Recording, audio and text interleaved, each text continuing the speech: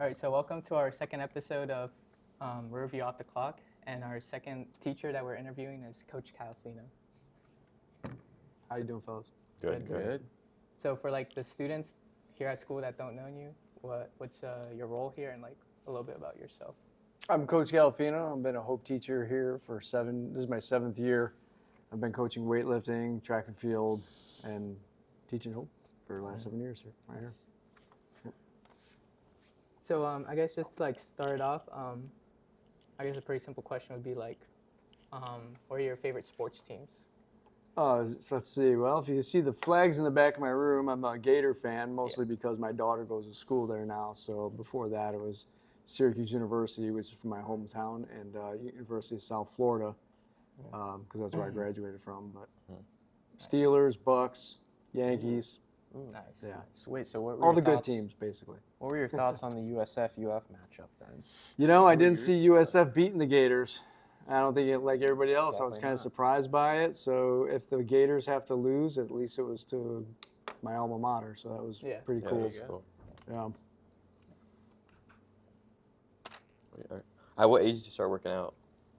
I probably really started getting into training when I was about 19 years old. That's when I started taking it serious. I actually met a friend that I worked with at the time, and we had a pact that we were going to make it more important than work, girlfriends, school, everything. And when I tell you I broke up with somebody over going to the gym, that actually happened, and calling in sick from work or not going to school just to go to the gym. Yeah, those things actually happened back then. Looking back, it's probably a little bit on the foolish side, but that's how serious we were taking it at the time. So I'm glad I did do it. Yeah. Nice. So what's your favorite exercise in the gym, and has that changed? If I've had to pick one, I used to hate doing squats. I love it now. Now it's probably bench press or shoulder press. Those are my two favorites. Yeah. Nice. What's your favorite? I guess you would say like, what was your favorite like body part to work out? Oh, arms. Arms And shoulders are 100%, probably my favorite. Nice. Yeah. Yeah, me too. Yeah. So why did you want to become like a coach/teacher? Well, let's see. But, a long time ago when I moved to Florida, because I'm from New York originally, I was asked to be a teacher's aide at Riverview High School. This was probably 1997 or 98, and didn't really want to, but it was like my arm was being twisted to do it. So I came my first day here working with some kids, and I was like, yeah, that was okay. Mm-hmm. And then the second day, after I got to talk to some of the kids and work with them a little bit more, loved it.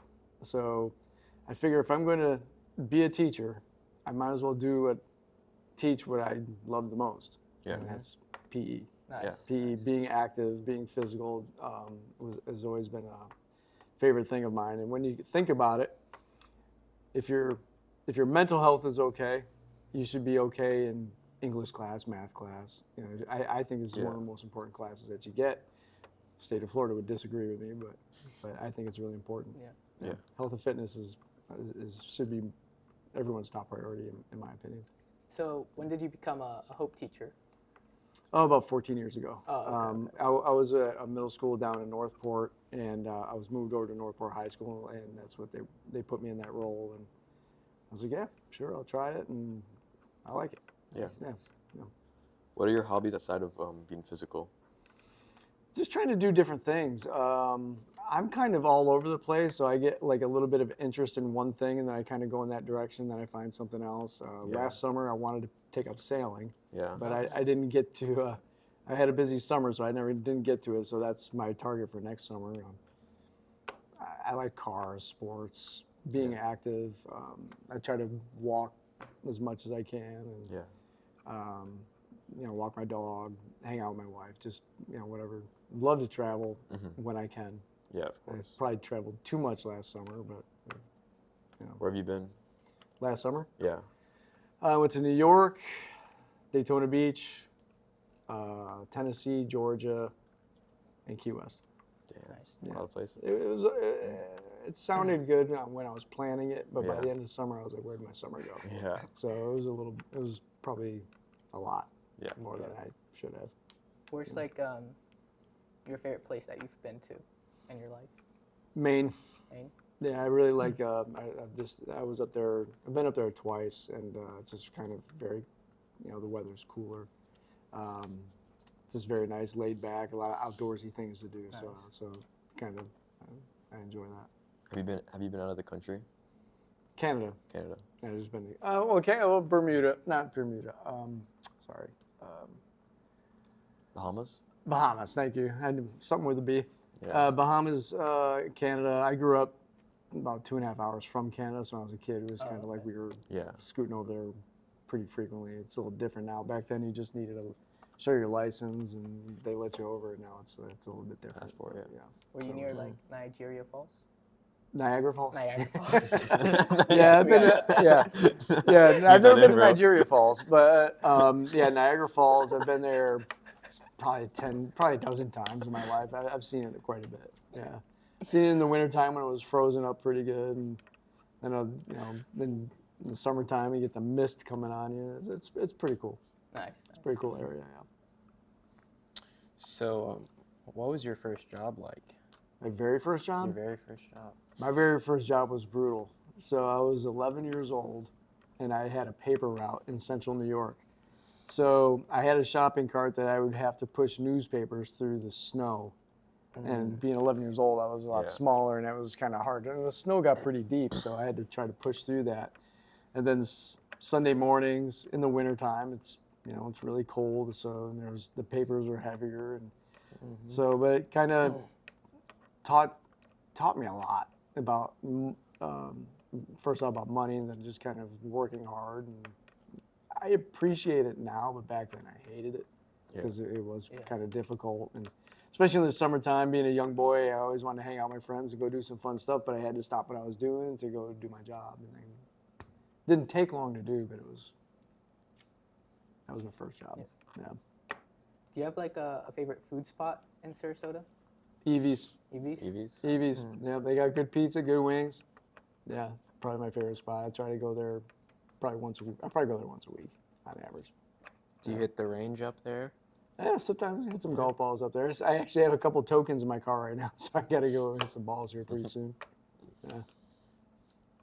What led you to be the weightlifting coach? I was just approached by it. So I think I was here for maybe a year or two, and the athletic director asked me if I was interested in doing that. Some of the stuff they compete in I wasn't extremely familiar with. I knew the lifts, but I didn't coach them before, so I kind of had to educate myself a little bit in doing that. But it turned out to be really great. That I know that I'm really proud of the work that we did there, because we had a team that was really small, wasn't very competitive, and then we've had state qualifiers since then. We've had girls move on to college with it. So I'm pretty proud of the progress that we've made over the years with weightlifting. Yeah.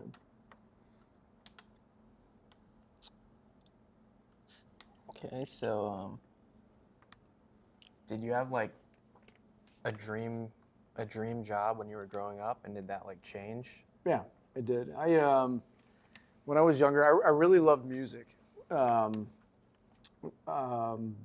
When I was growing up, my family, my mother more in particular, wasn't really into the music I liked.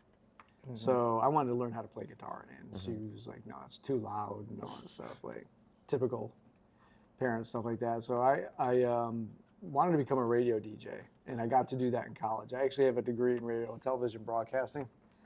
And strangely enough, when I got my degree, I was about 19 years old, around the same time I started getting into training. But a lot of people I knew that I met in radio, television, like the programmers and all that stuff, they were like people who were very unhealthy people.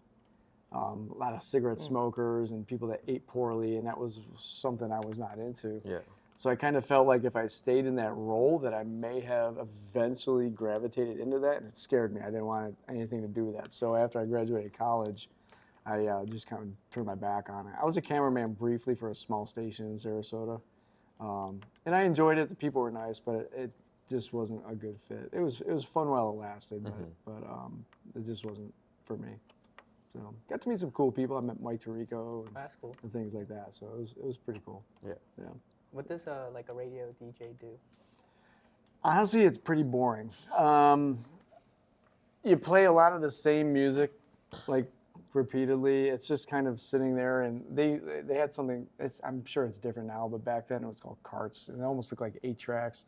And you'd stick it in, the song would be over, and then you'd put another one in, put commercials in, and it's basically sitting around listening to music and commercials all day, which was ideally it was fun in the beginning, but I could see why, you know, unhealthy lifestyles get in there. You're just sitting listening to music all day. It can't be. Yeah, it can be fun. Can't be good in the long term, but yeah. But it was okay. I got to DJ in college for a little bit, so that was fun. Nice. Yeah. Do you have any pet peeves? Pet peeves? Whiners.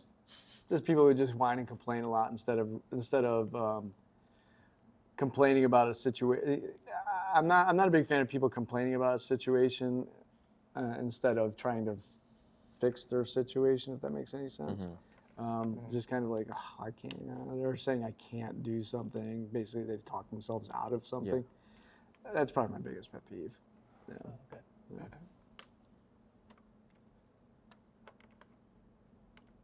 How was your high school experience? It was okay. I graduated from high school in 1991. Had a lot of really great friends. It was a really good era. Our high school in New York were the weird New York State champions for football. And unfortunately, I did not play, but I really wish I had. So I kind of regret that a little bit. But high school experience was pretty good. I'm one of those people who looks back, wish I worked a little harder than I did. Yeah.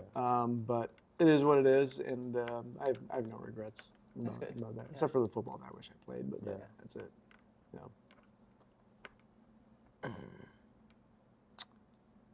So what was your college experience like, and where'd you go? Oh, I was all over the place. So when I graduated high school, I actually went to an inner city high school up in central New York that if you graduated, they would let you go to this business school that was pretty local for free. I wasn't sure if I even wanted to go to college when I got out of high school. So I was like, well, I can at least, if I do this and it doesn't work out, I haven't lost anything. So I went and did that and decided I absolutely did not like business whatsoever. So I took some time off and I went to a community college. That's where I got a radio television degree. And after that, I moved here and decided to go back to school again. So I took some classes at Manatee Community College, decided I wanted to be a teacher, went to USF. I never, and then I got my master's later, but that was kind of a cohort thing. So I've actually got 3 college degrees and never once lived on a campus. Oh, wow. So that's kind of unique. When I was at the University of South Florida, gas was about 90 cents a gallon. I had a fuel-efficient car, so I actually lived on Siesta Key, and I didn't want to give up my apartment because I lived across the street from the water and loved it. Yeah. So I would just make the commute. Long commute, but traffic was different back then, and gas was cheaper. So, Yeah. Why did you move to Sarasota specifically? I had cousins that lived here and that still live here, and they were up in New York visiting one time, and they said, "Hey, you should come down and visit sometime. Check out Sarasota." So me and another cousin of mine decided to drive down here, and we got off the highway and we're blown away by how nice it is down here. And I don't even think I got out of my car, and I told him, I was like, I'm moving here. And 4 years later, I did. Nice. Yeah. What was like a big difference you would say of when you first came here Yeah, culture rather shock. than now? Yeah. From when I first came here to now, Yeah. it's an incredible growth. It's been crazy. When I first worked here in I think it was 1998, I would ride my bike here, and the traffic wasn't that bad. Yeah. It was like now it's like, I mean, you guys know, you can just, it's like crawling down the road. it's horrible. There's a lot of traffic, a lot of growth, a lot of changes. Yeah. As a Hope teacher, do you have like a favorite topic that you like to teach about? I really like going into nutrition and diet. That's my favorite because I see a lot of freshman kids who, just chips and candy all day. So I like to try to fight that a little bit. The cardiovascular stuff we do a little more in the spring. So I think with the cardiovascular stuff, I like to teach the kids how to just learn how to run, because everyone knows how to run, but like run in a way that can keep you healthy. So, you know, at some point in your lives, you're going to, most people when they get older, they kind of say, you know, maybe I want to take care of myself a little bit better. Hopefully they remembered what they learned here, and they say, you know, you can run a little bit, you can walk a little bit, you know, just things that, you know, help with a healthier lifestyle. Yeah. So those are probably my two favorite. Eat better, exercise. I mean, I think that's important. Is there like any like snacks or candy that you think shouldn't be sold in the United States? Most of them. I'm a big fan of just fruits and vegetables. So I grab a snack in the morning. When I'm grabbing snacks from my house in the morning, I usually grab like 2 little oranges and an apple, or a banana or something like that. I see, you know, when we talk about nutrition, I'll say, how much were these bag of chips this kid's eating? They're like, oh, a couple bucks. How much is a banana? Nobody knows how much a banana is. Like They're 10 roughly, cents. they're usually like 10 cents or a quarter for like one banana. Like, Yeah. I'm like, it's actually, people like say that eating healthy is really expensive, and I'm like, that's kind of a misconception. But do you have any guilty pleasures? Well, just like everybody else, chicken wings, I love them. Pizza, I love them both. They're so good. But I try to limit that. Sometimes I see a pizza and I know I've been eating poor lately. I'm like, I'm not going to eat that today. Yeah. You know, so love pasta. I like the bad foods like everybody else. Yeah. But I just know that there's a consequence for eating like that, and I don't want to Yeah.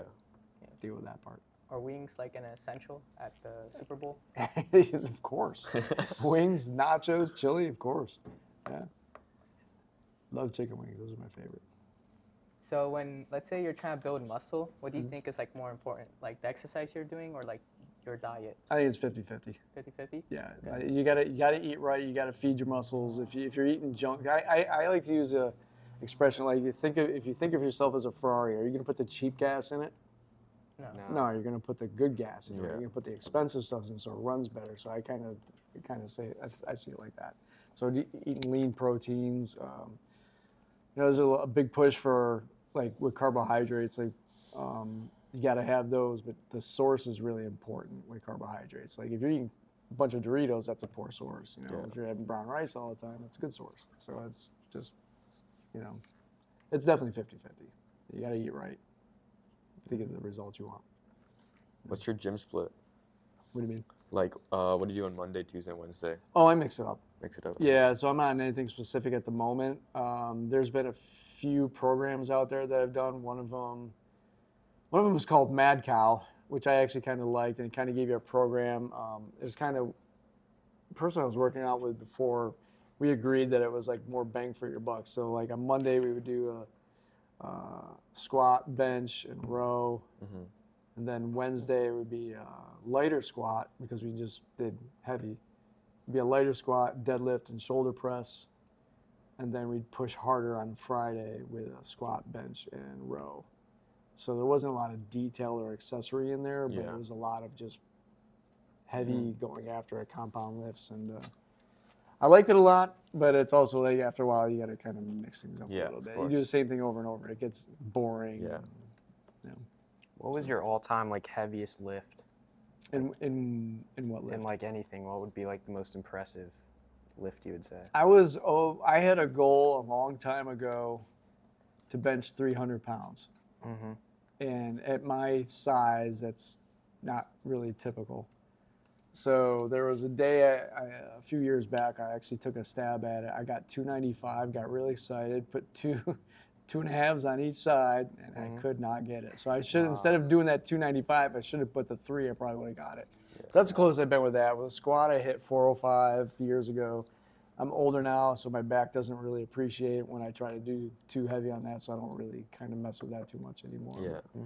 I think I overhead pressed 185 once a long time ago, but I'm getting a little older now, so it's getting a little tougher. What do you think is like the best thing you can do for like sports conditioning? Oh, just do it year round. Make sure you're eating right. Depending on the sport, so if you get probably a little more specific to your sport. If it's football, you want to do a lot of power stuff. I'm a huge proponent or a huge advocate for soccer and lacrosse kids should be running cross country because you do a ton of running in soccer. So why not condition for that? So when you go to conditioning for soccer, you're going to be, when they start doing all that running, it's going to be a piece of cake. It's going to be so easy for them. So I think there's some sports actually work well together. Cross country and soccer being more than anything. Right now, like in your school career, do you feel like you have like any higher achievements you want to like get to, or do you feel like you're fulfilled? I actually do. Like I kind of want to keep moving forward in my career. I like teaching Hope. It's been my 14th year, so I'm in my head. I'm ready for some sort of change. Not entirely sure what that is, but I do know that I would like to move onward and upward somehow. So maybe getting more involved with athletics. Nice. Yeah. If you were to teach like a different subject here, what would you want to do? I don't really want to teach another subject. Maybe more in the gymnasium or weightlifting. Okay. And teaching the weightlifting. Probably teaching weightlifting. Yeah. What's Wait, go ahead. I'll go ahead. Yeah. All right. What's like your favorite sports events? I'm sorry, sports what? Favorite sports events? In track? In general, like even like professional sports. Oh, I love watching football. Football and lacrosse are my two favorite ones to watch. I have a daughter that's not Chloe, and Chloe too. They played soccer, and when they first started playing, I'm just like your typical American guy. Like I just wasn't really into soccer very much. But watching my daughter play, I got to learn the game a little bit. And once I learned the game, I was just like, I can kind of watch soccer now. I kind of like it. I know what they're doing now. Yeah. I just saw people kicking the ball up and down the field. I didn't realize the strategies. Once I figured that out, I was like, oh, okay. So I liked it a lot more. So, but soccer, I used to like watching basketball a lot. Basketball is, I don't know. I kind of came from the Michael Jordan era, so it's hard to top that these days to me. But so I don't like watching basketball as much. College basketball probably, but college football, pro football, lacrosse. So Lacrosse is fun to watch. You don't think that LeBron's better than MJ? Not at all. No, not at all. I'm not saying LeBron's bad. I just think that Michael Jordan was next level. I got to watch. I've seen both of them play. So Michael Jordan was he's just an animal. When he's somebody that you want to have the ball at the end of a close game. You know Michael Jordan's going to get it done. He wasn't 100% of the time, but he was going to do it. He was going to do everything he could. LeBron James, I don't know. All that flopping, I just can't. It just kind of makes it hard to watch. It's not as fun to me. So with all the penalties and whining and stuff, it's just not. Back when Jordan was playing, it was more of if Jordan didn't like something, or those guys would go after each other a little bit. Yeah. Now it's just like it's just not the same game to me anymore. But college is still pretty good. Do these athletes that you've coached previously that have like made it to the collegiate level, do they like keep in contact with you and like update you? Occasionally, yeah. I have some of my former Northport athletes. I was at Northport before I was here, and some of my athletes. It's funny. I was talking to one who's actually coaching now himself and teaching now, so it's kind of like making me feel older. But I got some there. One of my former athletes is 40, so that kind of stung a little bit. But yeah, occasionally we keep in contact with each other. I got one former weightlifter who's in college now, and I was talking to her the other day. She wants to come in and judge one of our meets and stuff like that. So That's cool. Pretty cool stuff. Yeah. It's cool to watch them grow up, and move on and with their lives too. So I'm glad they reach out from time to time. Do you ever feel sad like when they leave? Oh, of course. It's almost like, last year I said goodbye to the senior weightlifters. It was kind of like, it was a sad moment just because I feel like when the athletes get here, especially in ninth grade, and I meet them like at this time of year, they're still kind of middle school kids a little bit. And then when they're graduating and moving on to college, it's like they're adults. It's almost like I watch them grow up. Yeah. So it's kind of, it's not that it's sad. It's just kind of like, you're going to miss them. Yeah. You're going to miss them. There's a lot of Bittersweet. them like that. It's bittersweet, absolutely, yeah. What's like one thing that we should start doing or like thinking about once we turn 18? Well, let's see. At your age right now, I think your focus is to do as best as you can in high school. Make sure that you have no regrets. Don't do anything to have any regrets. And if you're thinking about getting involved in something, do it before you leave, because you might look back. Remember, I said earlier how I wish I played football.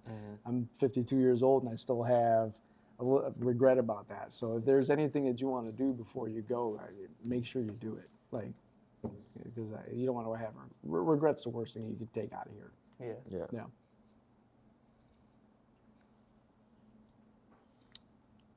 What would you say like your favorite or funniest moment working here is, or just anywhere, I guess?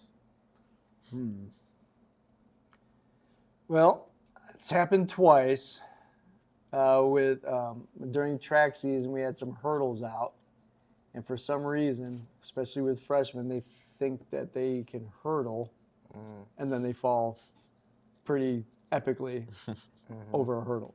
I had one girl one year, she tried to jump over going the wrong way. I told her, I'm like, don't do it. And she did it, and she fell, got her legs tangled in her. It was a mess. She wasn't hurt, thankfully, but it was, I'm ashamed to say I laughed a little bit. It was kind of funny. But What do you like teaching more or coaching more, weightlifting or track? that's pretty close. I've been coaching track longer. And I enjoy going to the meets because I've been coaching track so long. I know so many coaches in the area, so it's almost like when I go to a track meet, I'm like seeing old friends. I'm like, hey, how you doing? Yeah. With weightlifting, it's a little bit different, not just because I haven't been coaching it as long, but I do enjoy it because I love weightlifting, just in general. Yeah. So I guess I lean towards track a little bit at this point. Yeah. Are you close to like any other teachers, like as friends? Oh yeah, I got a lot of friends on this campus. A lot of teachers. There's a lot of good teachers on this campus. Coach Davis is right next door, and I got a lot of teachers. Like I said, teachers in the area. I was at Heron Creek Middle School even before Northport, and then I went to Northport High School, and then here. So I've bounced around a few times. So I've met a lot of teachers over the years. Yeah. That's cool. Yeah. Yeah. Any more questions? I think mine are all answered. Do you have any dream travel destinations that you haven't quite gotten to yet? Oh yeah, I want to go to Bali. Oh yeah. Yeah, I saw years ago. I saw a picture of those little huts that are sitting over the water. Yeah. I saw that, and I was just like, all right, I've got a goal. I got to do that at some point. But when I do it, and I'm going to do it at some point, I don't want to stay there for a week. I want to stay there for like a month. Yeah. I want to really hang out there. Yeah, that'd be awesome. It would be. Like maybe spend the whole summer there. I don't know. After last summer, I don't know. I probably should give myself a break. Do you have like any rules that are like specific only to like your house? Not really. We're kind of do what we want to do, but I had a rule with my kids that they had to play a sport in high school, and it was pretty easy. It's not really a rule, but it's something I really wanted them to do, and they all embraced it. So it wasn't like I had to fight with them a little bit, like, you have to do this. They were just like, okay, and they've done it, and they've had success with it, and they've liked it. And Yeah. so it's been good. That's good. I got my oldest daughter. She was more of an artist, and she ran cross country, even though she was kind of resistant to it. But she figured it out that it's like, what a great way to cope with stress, keep yourself healthy. So she's 24 years old. She still runs every day. Wow. So yeah, it's pretty cool. Yeah. Do you yourself run like often as well? I don't really like running as much. I have a love-hate relationship. I get into it for a little bit. I had a challenge back in 2021 where another teacher friend of mine who coaches cross country, he said, let's try to create a goal of running 500 miles over the course of 2021, and we accomplished it. And that was, I don't consider myself a runner. I'm not built like a runner. I'm not. I like it. I know the benefits of it. So that was a good year. I think the hardest part about doing that was actually lacing up the days that you have to run. It's just putting on your shoes, and once you're going, you're fine. So I was pretty proud of that accomplishment, though. 500 miles in 1 year That's for insane, somebody yeah. who doesn't actually. I would never really consider myself a runner, so Yeah. I was pretty proud of that. Yeah. You guys have any more? Not at all answer. All right. So the final question is, Sure. let's say you're on your deathbed, Okay. and you have one final message to like say to the rest of the world. What would it be? Oh man, it's kind of deep, huh? Mm-hmm. Yeah.